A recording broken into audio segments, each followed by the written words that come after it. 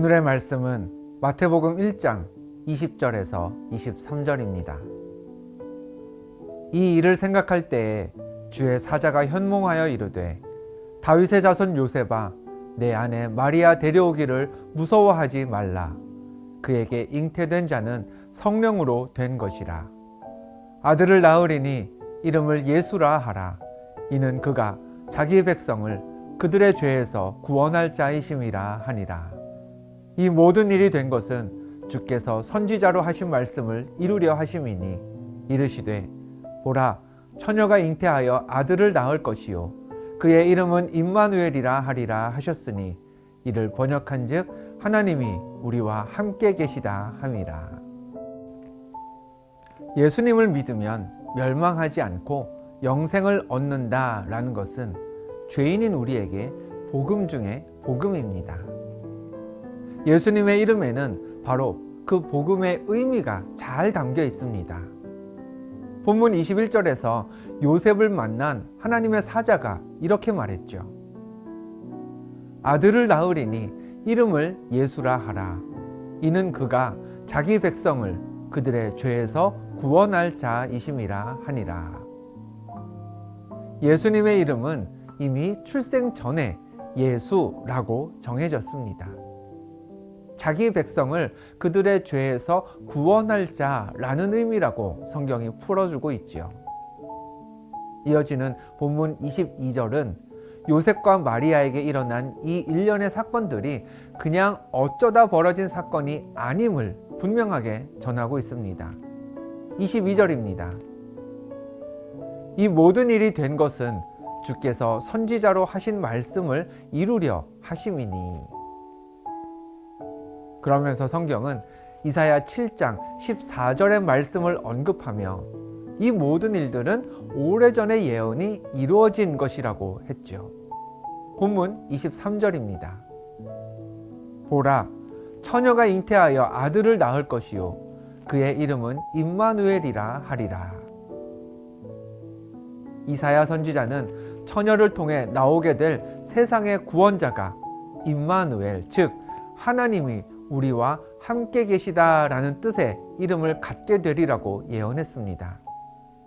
그런데 조금 이상합니다. 예언에 따르면 세상을 구원할 메시아의 이름은 임마누엘이어야 했죠. 그런데 하나님의 사자는 요셉에게 아들의 이름을 임마누엘이 아닌 예수라고 하라고 알렸습니다. 임마누엘과 예수는 말 자체도 다르고 뜻도 다른데요. 어떻게 임마누엘이어야 할 구세주의 이름이 예수가 되었음에도 성경은 말씀이 이루어졌다라고 전하고 있을까요? 백성을 죄에서 구원할 자라는 뜻의 예수와 하나님이 우리와 함께 하신다라는 임마누엘은 결국 같은 의미이기 때문입니다. 그리스도인인 우리에게는 하나님과의 관계가 가장 중요하죠. 죄 때문에 하나님과 멀어지지 않고 하나님과 가깝게 지내는 게 신앙생활에서 성공하는 방법입니다. 그런데 아담과 하와가 에덴 동산에서 쫓겨난 이후로 인간은 하나님과 떨어지고 멀어질 수밖에 없었습니다. 그런 우리에게 다시 하나님과 가까워지는 방법이 하나 생겼는데요. 모든 죄를 용서받고 구원받는 것이었습니다. 구원을 다르게 표현하면 예수 그리스도를 믿고 구원받아 하나님과 함께 머무는 것, 즉 하나님과의 관계가 회복되고 거리가 가까워지는 것이라고 할 수 있겠죠. 그 일을 곧 하나님과 우리 사이의 관계가 회복되는 일을 위해 예수님이 이 땅에 오셨습니다. 하나님과 상관없는 관계에 있던, 하나님과 동떨어져 있던 우리가 하나님의 자녀가 되도록 예수님이 십자가를 지셨죠. 그렇게 하나님과의 관계가 회복되는 것, 하나님이 우리와 같이 계시는 것, 그게 곧 구원입니다. 따라서 임마누엘은 임마누엘이고 예수는 예수가 아니라 예수가 곧 임마누엘이고 임마누엘이 곧 예수입니다. 임마누엘, 하나님이 우리와 함께 계신다라는 사실과 예수, 백성을 죄에서 구원하신다는 의미는 같은 의미라고 보아야 하는 거죠. 더불어서 오늘 본문 23절에는 예수님의 이름을 임마누엘이라 소개하면서 성경 다른 곳에서 보기 힘든 표현이 기록되어 있습니다. 그의 이름은 임마누엘이라 하리라 하셨으니 이를 번역한즉 하나님이 우리와 함께 계시다 함이라. 임마누엘이란 표현은 유대인들의 언어 히브리어 단어입니다. 그런데 본문 마태복음을 비롯해서 우리가 가지고 있는 신약 성경은요, 모두 그리스인들의 언어인 헬라어로 기록되어 있습니다. 때문에 헬라어로 된 복음서를 읽는 초대교회 성도들은 히브리어 단어인 임마누엘의 뜻을 모를 수도 있었습니다. 그래서 성경은 친절하게 임마누엘이 무슨 뜻인지 번역까지 해서 알려주고 있는 거죠. 즉, 오늘 본문 23절 한 절만 봐도요, 성경은 어느 특정한 지역, 어느 정해진 사람들을 위해 기록된 책이 아니라는 사실을 알 수 있습니다. 말과 글이 서로 달라도, 그래서 서로의 생각과 언어를 이해하지 못해도 성경을 하나님의 말씀으로 받아서 임마누엘이신 예수 그리스도를 영접하고 따르면 누구나 구원의 대상에 포함될 수 있다는 것이죠. 요한복음 1장 12절 말씀은 이렇습니다. 영접하는 자, 곧 그 이름을 믿는 자들에게는 하나님의 자녀가 되는 권세를 주셨으니. 성경은 어느 한 지역의 사람들만 하나님의 자녀가 될 수 있다고 하지 않았습니다.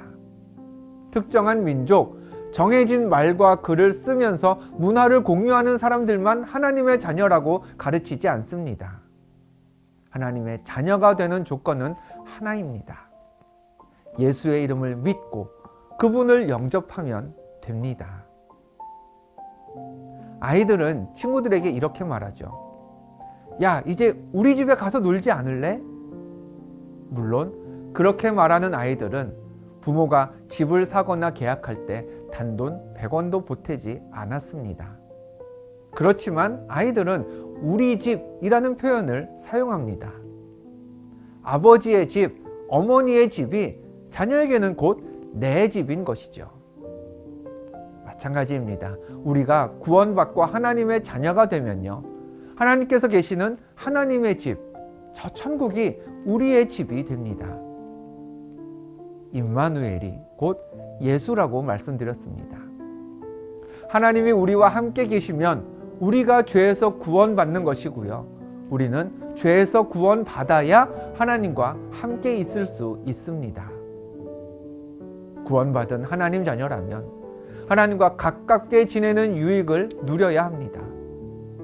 가정에서도 일터에서도 하나님과 함께 하겠다고 결단하고요, 함께 하시는 하나님을 느끼도록 깨어있는 것, 그게 성도가 성도의 삶을 살아가는 자세입니다. 오늘은 이렇게 기도하겠습니다. 성탄을 앞두고 있는 오늘, 하나님과의 관계가 더 깊어져서 임마누엘의 복을 누리게 하옵소서. 모든 사람을 구원하러 세상에 오신 예수님을 기억하며 모든 사람에게 복음을 전하는 나의 삶 되게 하옵소서. 예수 믿고 구원받은 하나님의 백성, 하나님 자녀로서 하나님과 함께 머무는 그 임마누엘의 축복을 누리며 사시기를 주님의 이름으로 축원합니다. 기도하겠습니다. 하나님과 함께 있는 것이 곧 구원이요, 구원받아야 하나님 계신 곳에 우리가 머물 수 있음을 믿습니다. 오늘도 예수라는 이름에 담긴 그 능력과 임마누엘의 이름에 담긴 축복을 누리는 우리들 되게 하옵소서. 예수 그리스도의 이름으로 기도합니다. 아멘.